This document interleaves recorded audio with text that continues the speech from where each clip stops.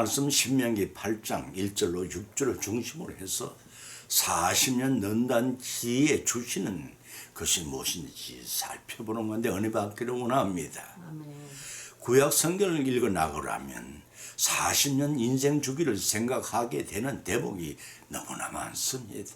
모세의 나이 40이 되도록 바로의 궁중에 성장하였으니 세상 지식을 더 이상 배우는 것을 하나님께서 원치 아니하셔서 미디안 광야로 떠나보낸 그곳에서 40 살면서 세상 중심에서 하나님 중심의 삶을 살도록 하셨습니다. 양무리를 치는 목조가 된 모세 나이 80세 되는 해에 비로소 그를 부르셨습니다. 그 후에 모세는 이스라엘을 출애굽시키는 지도자로 귀히 쓰임받고 120세에 하나님께로 돌아갔습니다. 모세의 120년간의 삶은 바로 이 궁정에 40년, 미디안 광야에서 40년, 이스라엘 지도자로 쓰임받은 기간이 40년 당겨진 그러한 삶의 세월이었습니다. 사랑하는 성도 여러분, 우리가 살아온 과거의 삶은 하나님께서 기뻐하시는 그러한 세월이었다고 여러분은 생각하십니까? 출애굽한 이스라엘 1세대가 가나안 땅을 정탐한 후 백성들의 불신과 반역에 대한 하나님의 진노로 반역한 출애굽 1세대가 60만 명을 40년 동안 광야에 죽이시고 가나안 땅에 들어가지 못하게 했습니다. 12여일이면 충분히 도착할 가나안 땅을 목전에 두고 40년이라는 세월을 광야에서 죽어가야만 했습니다. 하나님 나라에 합당한 새 사람을 만들기 위한 불가피한 조처였습니다. 에베소서 말씀을 찾아보면 22절로 24절을 보면은 너희는 욕의 욕심에 따라 썩어져가는 구속을 쫓는 옛사람을 벗어버리고 오직 심령으로 새롭게 되어 하나님을 따라 의와 진리의 거룩함으로 지으심을 받은 새 사람을 입으라고 하였습니다. 백전백성하던 이스라엘 백성들이 가나안 땅 정탐 이후 하나님을 반역한 이후 이스라엘은 가나안 사람들과의 싸움에서 패배하고 호르마까지 쫓겨났습니다. 그것은 성도들이 마귀에게 패배하면서 쫓기게 되는 것을 상징을 합니다. 이 과정을 통과케 하신 하나님의 뜻은 성도들이 마귀의 배후의 역사로 말미암아 일어난 거칠고 사나운 환경들을 통하여 자아중심적인 옛사람의 행실인 육신 중심의 행실을 본격적으로 깨뜨리기 위함이셨습니다. 이러한 40년간 강요한 생활은 모형 천국에 들어가기 위한 마지막 연달이요 역과 과정이었습니다. 다시 말해서 가나안 정탐이요 죽이기로 작정하신 이 출애굽 1세대 60만 명을 계속 죽이시는 가운데 가나안 땅에 들어갈 출애굽 2세대 60만 명을 40년 동안에 준비하셨습니다. 이런 옛사람의 행실을 벗고 새사람 곧 빛된 행실을 입는 단계인 천국 백성으로 만들어지는 과정임을 알 수가 있습니다. 모세의 생애를 통해서도 알 수 있습니다. 부록의 나이 40세 모세는 바로의 궁정을 떠나 자기 중심적이요 세상 중심적인 생활에서 미디안 광야에서 양측의 생활을 통해 하나님 중심의 삶을 영위히 하던 모세는 80세에 비로소 하나님의 부르심을 받았습니다. 부르심을 받은 향후 40년간을 하나님께 충성 봉사하며 이스라엘 가나안 땅으로 인도하는 지도자의 쓰임을 받고 충성 봉사하였습니다. 그런데 구원받은 우리는 어떤 삶을 살아가고 계십니까? 천국은 심은 상급을 거두는 나라입니다. 모세처럼 우리도 남은 40년을 낭비하지 말고 남은 생을 어떻게 살아야 할 것인가를 각 사람은 심사숙고해야 할 것입니다. 출애굽 1세대처럼 폐역하다가 광야 교회 시대에 버려지고 삶을 될 것인가 아니면 출애굽 2세대쯤 전국에 들어갈 것인가를 여러분은 실천하여 풍성한 결실에 감사를 드리는 저와 여러분이 되시기를 예수님의 이름으로 축원드립니다. 첫 번째는 40년 동안을 광야길을 걷게 하신 이유를 알라는 것입니다. 본문의 말씀 2절을 봉독하면 네 하나님 여호와께서 이 40년 동안 너로 광야의 길을 걷게 하신 걸 기억하라. 이는 너를 낮추시며 너를 시험하사 네 마음이 어떠한지 그 명령을 지키는지 아니 지키는지 알려 하심이라고 하였습니다. 성도의 인생 여정은 본향을 향해 가는 나그네 길임을 밝혔습니다. 세상에 몸을 두고 살고 있으나 나그네 된 길을 가는 성도들의 9가지 특징은 성경을 이렇게 말하고 있습니다. 마태복음 28장 20절에서 하나님께 동행하시는 자요. 두 번째는 빌립보서 3장 20절에서 하나님이 시민권을 가진 자요. 세 번째는 로마서 8장 31절로 39절을 통해 하나님의 보호하심을 받은 자요. 네 번째는 로마서 8장 35절 38절로 39절에서 하나님의 사랑을 받는 자요. 다섯 번째는 요한복음 16장 13절 로마서 8장 14절을 통해서 하나님의 인도하심을 받는 자요. 여섯 번째는 골로새서 3장 1절로 4절과 요한일서 3장 1절로 3절을 장래에 나타낼 영광을 바라는 자요. 일곱 번째는 마태복음 4장 4절과 베드로전서 2장 2절을 통해서 말씀을 양식으로 삼는 자요. 여덟 번째는 베드로전서 2장 11절에서 육체의 정욕을 제어하는 자요. 아홉 번째는 요한복음 15장 9절을 통해서 세상에 속하지 않는 자라는 것입니다. 모름지기 하나님이 택감을 받고 하나님이 아버지라 부르짖는 성도라면 하나님의 자녀답게 살아야 합니다. 여러분의 생활은 과연 하나님의 자녀답게 살아오고 계십니까? 무스탕이라면 무스탕 가죽옷을 생각하기가 쉽습니다. 그 가죽옷을 짓기 위해 반마리의 무스탕 가죽이 소요됩니다.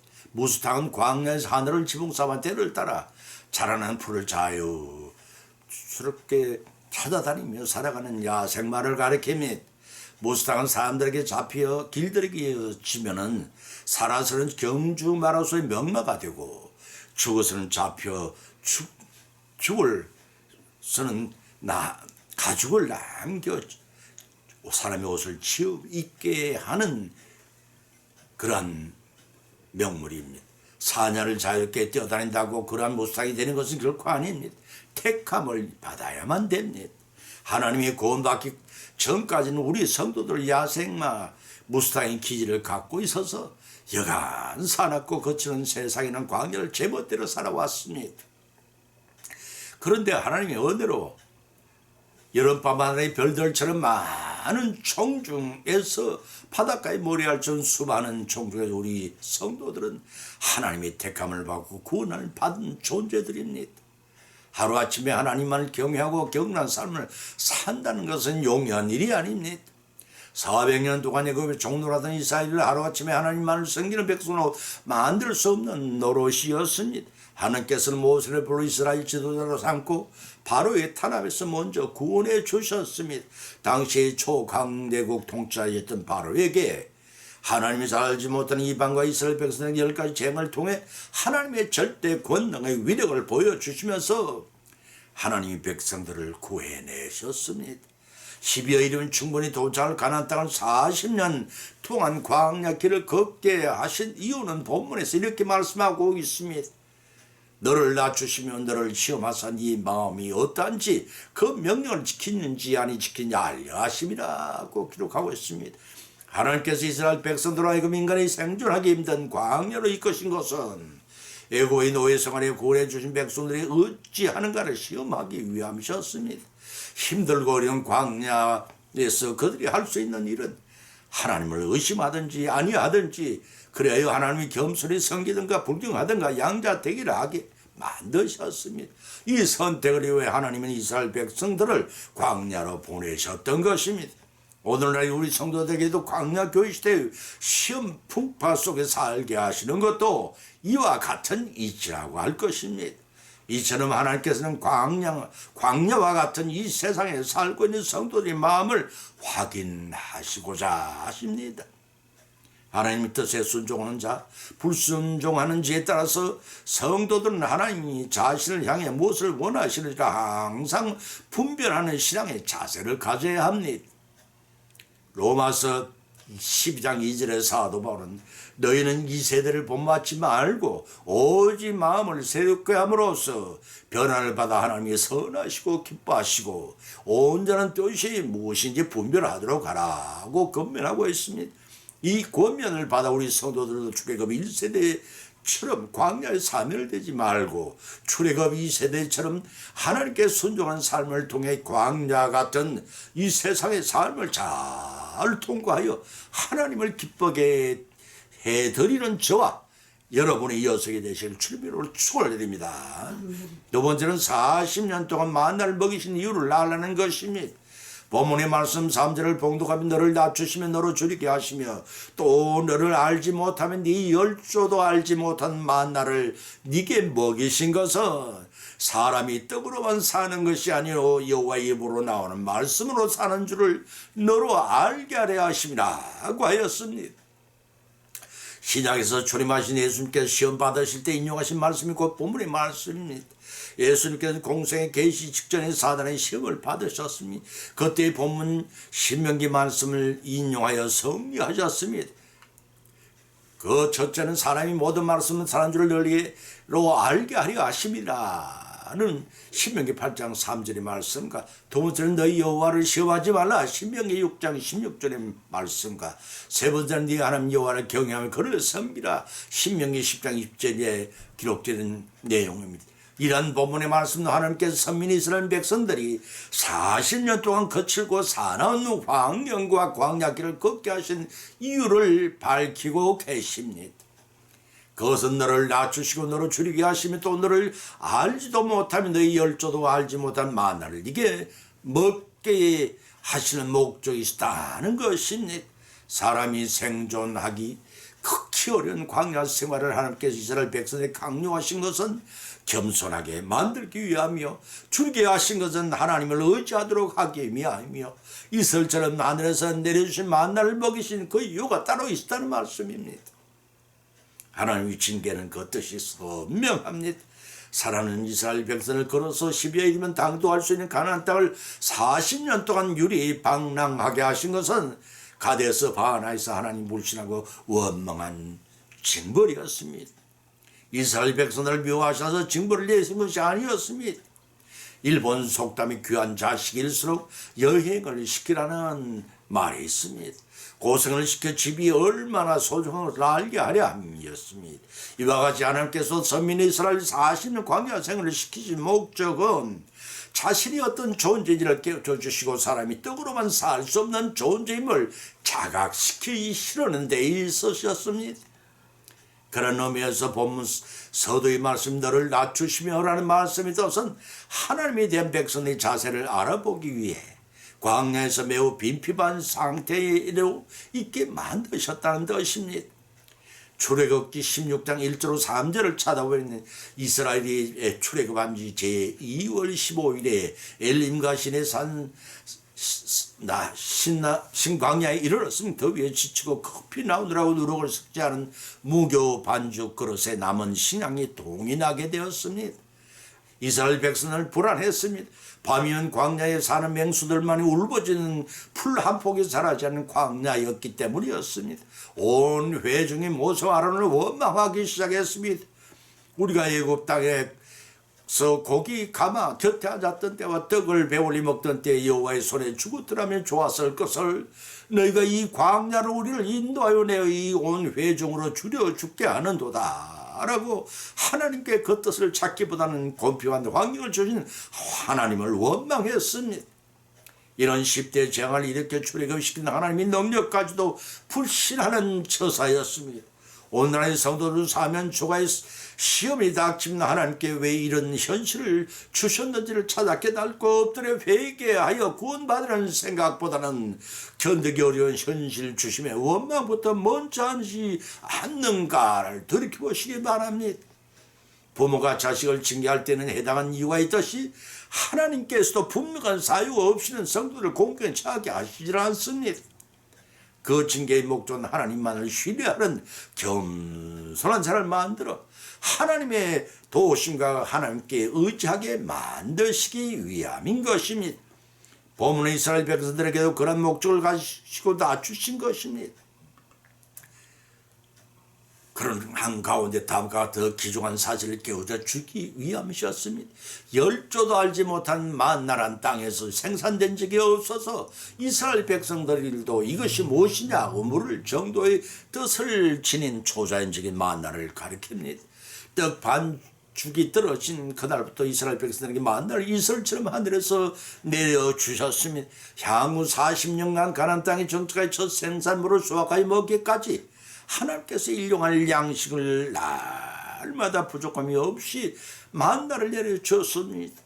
그러나 하나님의 사랑의 배려는 육신만을 위한 목적이 아니셨습니다. 육신의 목숨보다 더 소중한 영의 양식으로 주시기 위함이셨습니다.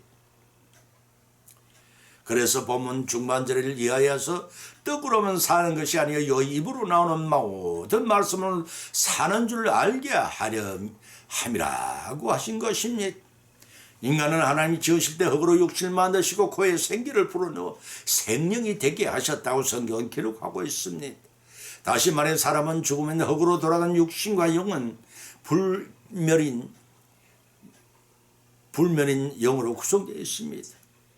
육을 유지하는 모습은 떡으로만 유지되지만 영은 하나님과의 참 인간성을 회복하고 유지하기 위해 영의 말씀이 하나님의 말씀을 섭취해야 삽니다. 여호와 입으로 나오는 말씀에는 곧 영의 양식을 말합니다. 예수님께서 40일 동안 금식하신 후인지라 극도로 배가 고프셨던 상황에서 돌로 떡을 만들어 먹으라는 사단의 불의한 떡을 거절했습니다. 그것은 인간에게 진정 필요한 양식이 무엇인지를 극명히 보여주시는 결연한 자세이셨습니다. 따라서 여호와 입에서 나오는 모든 말씀은 인간 생명의 보존법이요 공급의 원천이 되신다는 의미를 깨우쳐 주시려고 만나를 먹이신 것입니다. 하나님의 야훼 같은 은혜에 우리 모두 감사와 찬미와 영광을 돌려드리는 그러한 큰 감사를 여생을 동안 받고 누리시기를 예수님의 이름으로 축원드립니다. 아멘. 세 번째는 40년 동안 아들같이 연단하신 이유를 알라는 것입니다. 본문의 말씀 4절로 6절을 찾아봉독하면 이 40년 동안에 네 의복이 헤어지지 아니하였고 네 발이 부르지 아니하였느니라. 너는 사람이 그 아들을 징계함 같이 하나님 여호와께서 너희를 징계하시는 줄 마음에 생각하고 네 하나님 여호와의 명령을 지켜 그 도를 행하며 그를 경외할지니라고 하였습니다. 지금이야 기계 문명이 발달해 옷 한 벌의 의미는 대수롭지가 않습니다. 그러나 당시 이스라엘 백성들에게는 옷 한 벌의 의미는 대단한 것이었습니다. 본문 서도에 40년 동안 의복이 헤어지지 않았다는 것은 문자적으로는 찢어지거나 떨어져 나가지를 않았고 소모되지 않았다는 말씀입니다. 그러나 초자연적으로 하나님께서 이스라엘 백성을 느끼지 못하는 가운데 항상 옷을 공급받았다는 의미인 것입니다. 그것은 그들의 출애굽의 시에 가지고 나온 여러 가지 재물로서 필요한 물건을 조달할 수 있었음을 출애굽기 12장 35절 38절에 기록하고 있음을 참조하시기 바랍니다. 또 발이 부럽지 아니하였느니 말씀이 뜻은 네 발이 멍들거나 부러뜨지 않아서 상처가 나서 걷지 못할 상태로 두시지 않았다는 의미입니다. 이것은 신의 조달 방법도 옷처럼 공급이 원활을 하였다는 의미입니다. 그 수많은 백성들의 옷이 헤어지지 아니하게 하시고 발이 부러뜨지 않도록 신을 어떻게 공급하셨는지는 불문가지입니다. 불문가지란 묻지 않아도 만나를 하늘에서 내리시던 하나님이 초자연적인 하나님이 이스라엘 백성들을 보호하셔서 베푸신 언덕임을 능히 짐작할 수가 있습니다. 베드로전서 4장 12절 13절에 기록하기를 사랑하는 자들아 너희를 실현하고 오는 불시험을 이상한 일 당하는 것 같이 이상히 여기지 말고 오직 너희가 그리스도의 고난에 참여한 것으로 즐거워하라. 이는 그의 영광을 나타내실 때에 너희로 즐거워하고 기쁘게 하려 함이라고 하였습니다. 이디오피아의 의료 선교사였던 람비 박사는 아프리카를 여행하는 동안에 물살이 빠르고 다리도 놓여있지 않는 시내를 여러 차례 건너야 했습니다. 아프리카의 정글 같은 곳에서는 여간 위험한 일이 아닙니다. 왜냐하면 자칫 잘못하면 그 물살에 휩쓸려 깊은 폭포 밑으로 떨어지거나 물속 바위에 부딪혀 끔찍한 최후를 맞기가 십상이기 때문입니다. 그런데 람비 박사는 원주민들로부터 그렇게 위험한 물살을 안전하게 건너가는 비법을 배웠습니다. 배가 물 위에 안전하게 떠 있어 전복하지 않도록 배 밑바닥에 석판이나 돌을 쌓아둔 벨레스트라는 기법을 터득했던 것입니다. 그것은 어깨에 무거운 큰 돌을 짊어지고 그 물살을 안전하게 건너는 방법이었습니다. 람비 박사는 그러한 경험을 우리 인생에 적용시켰었습니다. 우리 인생은 거대한 세상의 물을 건너가고 있습니다. 그런데 사단은 언제고 우리의 영혼을 파멸로 몰아넣기 위해 끊임없이 기회를 엿봅니다. 그러므로 우리에게 벨레스타가 필요합니다. 하나님께서 우리의 믿음을 시험하시고 하나님의 길에 벗어나지 않도록 하시기 위해 주시는 고난은 우리가 짊어져야 할 벨레스타입니다. 그것이 무겁고 괴롭긴 하지만 우리는 그로 인하여 인생의 급물살을 안전하게 헤쳐나갈 수가 있습니다라고 고백을 하였습니다. 하나님께서는 시험을 주시되 감당치 못하는 자들에게 피할 길도 열어주시는 자비의 하나님이십니다. 따라 40년 동안 아비가 아들을 징계하는 것 같이 우리를 연단하시는 하나님의 뜻을 깨달아야 합니다. 이스라엘 백성에게 40년 광야 생활을 하게 하신 것처럼 오늘날의 성도들에게 한평생 동안 걸쳐 시험 풍파를 쉴 새 없이 주시는 연단하시는 이유는 천국에 모두 들어가게 하기 위함이십니다. 이러한 은혜의 힘을 알고 오히려 감사와 찬미를 세세무공토록 이 땅에서 하나님 보좌 앞에서 모두 돌려드리는 우리 모두가 되시길 주님의 이름으로 축원을 드립니다. 결론을 맺습니다. 오늘의 본 말씀을 상고하는 가운데 40년단 뒤에 주시는 것이 무엇인지를 깨달았고 피차의 풍성한 은혜를 받았습니다. 또한 세 가지 교훈을 여러분이 받은 줄 믿습니다. 그 첫째는 40년 동안 광야를 걷게 하신 이유를 알라는 것입니다. 두 번째는 40년 동안 만나를 먹이신 이유를 알라는 것입니다. 세 번째는 40년 동안 아들같이 연단하신 뜻을 알라는 것입니다. 이러한 세 가지 교훈을 통해 우리는 40년간 연단 뒤에 주시는 하나님의 복이 무엇인가를 깨달을 수가 있을 것입니다. 받은 대로 실천의 풍성한 결실을 거두게 하신 하나님께 감사드리며 더 감사를 받으시는 저와 여러분이 믿음으로 승리하시기를 예수님의 이름으로 간절히 축원을 드립니다. 아멘. 찬송가